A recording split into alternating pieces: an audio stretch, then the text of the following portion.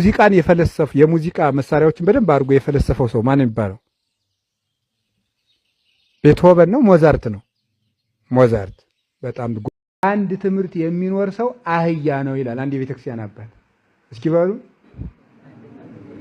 ምንድን ነው ንገሩኝ። በሉ ለምን ትፈራላችሁ? ምንድን ነው? ድገሙ። ሶስተኛ በሉ ምንድን ነው? አህያ ሙያዋ ስንት ነው? ምን ብቻ በቃ ይኸውልህ። ስለዚህ ማንም ሰው ሲጭን ትኖራለህ ማለት ነው። ስለዚህ ሁሉም ሰው እንዳይጭን ምን ማድረግ አለብን?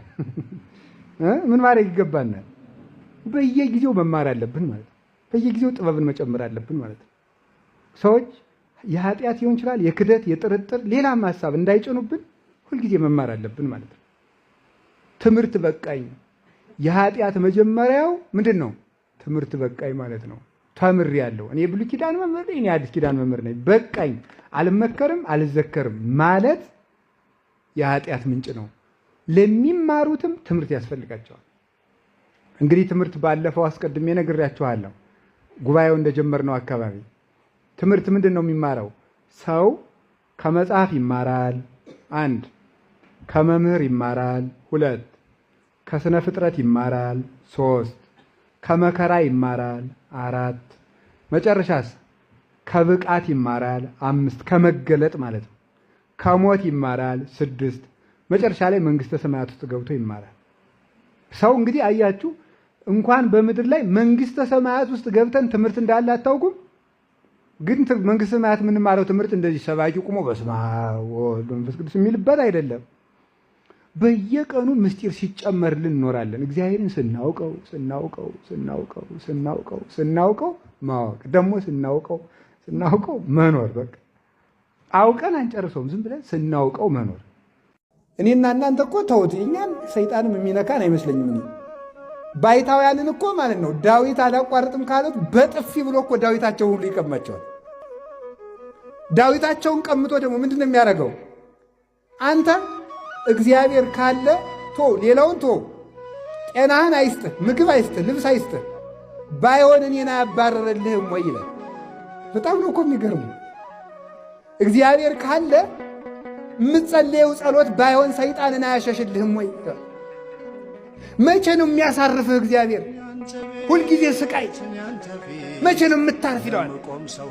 ሞይ የኔ ረፍት በሰማይ ነው ይለዋል። ያ ጀግናው የወንጌል አርበኛ የሆነው ባይታዊ እንጀነም የኔ ረፍቴ ክርስቶስ ነው። በክርስቶስ ክርስቲያን መሆን በራሱ ረፍት ነው። ረፍት ማለት መተኛት አይምሰልህ። ረፍት ማለት መብላት አይምሰልህ። ረፍት ማለት ልብስ አይምሰልህ። ረፍት ይለዋል ክርስቶስ። ለእኔ የክርስቶስ ልጅ መባል ረፍት ነው ብለው ይመልሱለታል። ይሄ ነው ጋኔንን መቆጣት ማለት። ደግሞ ምን ይላል መሰላችሁ? ጋኔንን ተቆጡት። ከብዙ የኃጢአት ውድቀታችሁ ስትመለሱ ምን ይላችኋል መሰላችሁ? አሁን እንደዚያ ስትላረግ ኑሮ እግዚአብሔር ሊምርህ ነው፣ እግዚአብሔር ሊምርህ ነው። ብዙ ምዕመናን ደግሞ ሲሰግዱ ምን ያርቋል? አሁን እኮ የምትሰግድ እኮ ለእኔ ነው ይላቸዋል። በህሊናቸው መጥቶ ሰግድ እኮ ለእኔ ነው፣ አትልፋ፣ እግዚአብሔር አይምርህም። እንዲሁ አንተ የሲኦል መዝጊያ ነህ፣ ዝም ብለህ የምትለፋው እንጂ ብትረሳ እገሌን የገደልከውን እግዚአብሔር ይረሳው መሰለህ? ቢረሳ እግዚአብሔር ያስወረርሽውን ጽንስ ይረሳልሽ መሰለሽ? ሞኝ አትልከም ይልቅ ይላል። ደግሞ ያዘነ መልሱ ምንድን ነው? ሆነም ቀረም ከእግዚአብሔር አንተ አትሻለኝም ነው መልሱ።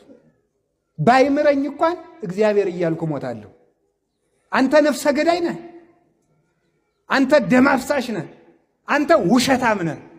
ለዲያብሎስ እንዲህ ብላችሁ መልሱለት። ማምላክ ለነዚያ መነኮሳያት የወሰርክባቸውን ገንዘብ የሰሩበትን የጉልበታቸውን ዋጋ ገንዘባቸውንና ደሞዛቸውን ካልመለስክና ከዚህ ከብፁዓን አባቶቻችን ጀምሮ የመነኮሳትን ስም እያጠለሸክ ካለህበት ከዚህ እኩይ ስራ መውጣት ካልቻልክ ሙሉ በሙሉ ሰፈርክን ቤትህ የት እንደሆነም ደርሼበታለሁኝ ሙሉ መረጃህን የማወጣ መሆኔን ልነግርህ እፈልጋለሁ። በስመ አብ ወወልድ ወመንፈስ ቅዱስ አሐዱ አምላክ አሜን። ይህ ድምጽ የሚሰማችሁ ይህንን ቪዲዮ እየተመለከታችሁ ያላችሁ ሁላችሁም የተዋሕዶ ልጆች እንደምን ቆያችሁ፣ እንደምን ሰነበታችሁ? ተጓዥ መነኩሴ ነኝ። ዛሬ ወደ እናንተ ብቅ ያልኩት ስለ አንድ አፍራሽ ወንበዴ መረጃ ለመስጠት ነው። እንግዲህ በሶሻል ሚዲያ ውስጥ ራሳቸውን ስማቸውንና ማንነታቸውን በመደበቅ እና በመቀየር ከብፁዓን አበው ሊቃነ ጳጳሳት ጀምሮ እንግዲህ በተለይ ደግሞ መነኮሳቱንም ጭምር ያለ ስማቸው ስም በመስጠት በዚህ ስድብ ተሰማርተው ያሉ ብዙ ተሳዳቢዎችን እናያለን። ታዲያ በዚህ ሳምንት እንግዲህ እንደዚህ ማንነታቸውን ደብቀው ከሚሳደቡ የመነኮሳትን ስም ከሚያጠለሹ ተሳዳቢዎች መካከል አንደኛውን ደርሼበታለሁ። ምናልባት በፊት የዛሬ 10 እና 15 ዓመት አካባቢ በምንኩስናው ዓለም ይኖር የነበረ ኋላ ላይ ግን ከምንኩስናው ይልቅ ፍቅረ ነዋይ እንግዲህ አሸንፎት የነንጦንስ የነመቃርስን ቆብ ጥሎ ትዳር መስርቶ በትዳሩ ዓለም እየኖረ ያለና ልጆችም ወልዶ በዚህ በትዳሩ ዓለም ውስጥ ያለ መሆኑን ደርሼበታለሁ። የሚገርመው ነገር የገንዘቡ ምንጮችም እኛው መነኮሳት እና ብፁዓን አባቶቻችን መሆናቸው ነው የሚገርመው ነገር እና የሚተዳደረው የኛኑ የመነኮሳትንና የብፁዓን አበው ሊቃነ ጳጳሳትን እንግዲህ ቀሚስ ቆብ እንደዚህ በመስፋት እየሰፋ በመሸጥ ነው የሚተዳደረው ማለት ነውና የገንዘቡ ምንጮችም እኛው መነኮሳት ነን እና ራሱን ደብቆ በተለይ ደግሞ የአንዳንድ አባቶችን በየዋህነታቸው ልጅ መስሎ በመቅረብ አንዳንድ መረጃዎችን በመያዝ ለዛውም ሐሰት ፈጽሞ ከእውነት የራቁ እንትኖችን እያመሳሰለ የአባቶችን ስም እያጠፋ ያለው እሱ መሆኑን ደርሼበታለሁ። ይህ ሰው የሚገርመው ነገር ከታላላቅ ገዳማት ሴት እናቶቻችንን መነኮሳያትን ማለት ነው ከገዳም በማምጣት ጥሩ ገንዘብ ከፍላቸዋለሁ በማለት እያመጣ በቤት ውስጥ አሽጎ በር ዘግቶ በማስቀመጥ ቆብ እያሰፋ ያለ ገንዘብ እያሰቃየ ያለ ገንዘብ እያስፈራራ ብዙዎችን እያስለቀሰ እንደሚሸኛቸውም መረጃው ደርሶኛል። በመሆኑም ሼር እንድታደርጉልኝና እንዲደርሰው ፈልጋለሁ።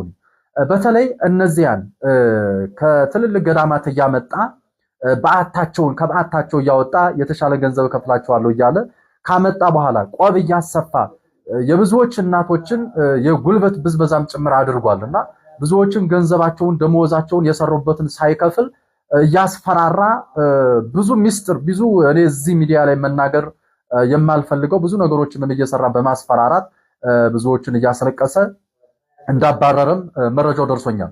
በመሆኑም ለነዚያ መነኮሳያት የወሰርክባቸውን ገንዘብ የሰሩበትን የጉልበታቸውን ዋጋ ገንዘባቸውንና ደሞዛቸውን ካልመለስክና ከዚህ ከብፁዓን አባቶቻችን ጀምሮ የመነኮሳትን ስም እያጠለሸክ ካለህበት ከዚህ እኩይ ስርዓት መውጣት ካልቻልክ ሙሉ በሙሉ ሰፈርክን ቤትህ የት እንደሆነም ደርሼበታለሁኝ ሙሉ መረጃን የማወጣ መሆኔን ልነግርህ ፈልጋለሁ። በዚሁ አጋጣሚ ሌሎችም በእውነት እንደው እስከመቼ ነው ራሳችሁን ደብቃችሁ ስማችሁን ቀይራችሁ ሶሻል ሚዲያውን ለስድብ፣ ለዘረኝነት፣ ለትንኮሳ ከምትጠቀሙበት እንደኛ በነፃነት በራሳችሁ ስም በራሳችሁ ፎቶ በግልጽ እንደኛ ወጣታችሁ ሶሻል ሚዲያውን ለበጎ ነገር፣ ለልማት፣ ለወንጌል እንድትጠቀሙበት በእውነት እንደው በዚሁ አጋጣሚ ጥሬን ለማስተላለፍ እሞክራለሁ። ተጓዡ መነኩሴ ነው። እኔስ ራሳችሁን አታታሉ። ለማንኛውም ፈለገ አትናቴዎስ ከሰረቀ እሰይ። ከዚህ በኋላ እግዚአብሔር ምስክር እውነቴን ነው። ዛሬ ያወራሁት በነገራችን ላይ ብዙ ጊዜ አይቼ በጣም እኔ በተፈጥሮ እኔ ተወዳጆች ይቅርታ ጉራ አይደለም በጣም ሶሻል ሚዲያ ላይ አይቼ በጣም ንቄ የምተዋቸው ብዙ ነገሮች አሉ። ለምሳሌ ወንድማችን ነው አይደለም? ከጎኑ ነን። ትክክል ነው። ፈለገ አትናቴዎስ ምን አጠፋ ታዲያ? በደቦ እንገላለን አይደል እንዴ? አላለም። በደቦ እንሄዳለን። አዎ እንሄዳለን በደቦ። ከዚህ በኋላ ቤተክርስቲያናችን ላይ የሚነካ ማናቸውንም አካላት በደቦ እንዘምታለን፣ አናቆመው። ከቤተ ክርስቲያናችን አባቶች ከቅዱስ ሲኖዶስ ጎን ቆመን በደቦ እንራመዳለን። ከሊቃውንት ጎን ቆመን በደቦ እንሄዳለን። በትህትና በምግባር በስርዓት በህግ ነው በደቦ የምንሄደው፣ አናቆምም።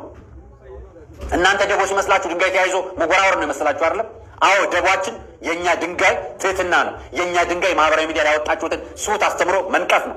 የኛ ደቦ ንግግራችሁ ሐሰት የሆነውን በአደባባይ እያወጡ መጋፈጥ ነው። የኛ ደቦ ስህተት የሆኑ ሊቃነ ጳጳሳት ይሁኑ፣ ሐሰተኛ አስተማሪዎች ይሁኑ፣ ምዕመናን ይሁኑ፣ ሐሰት የሆኑ ትርክቶችን መዋጋት ነው የኛ ደቦ። ፈለገ የነገራችሁ ይህንን ንግግር ነው።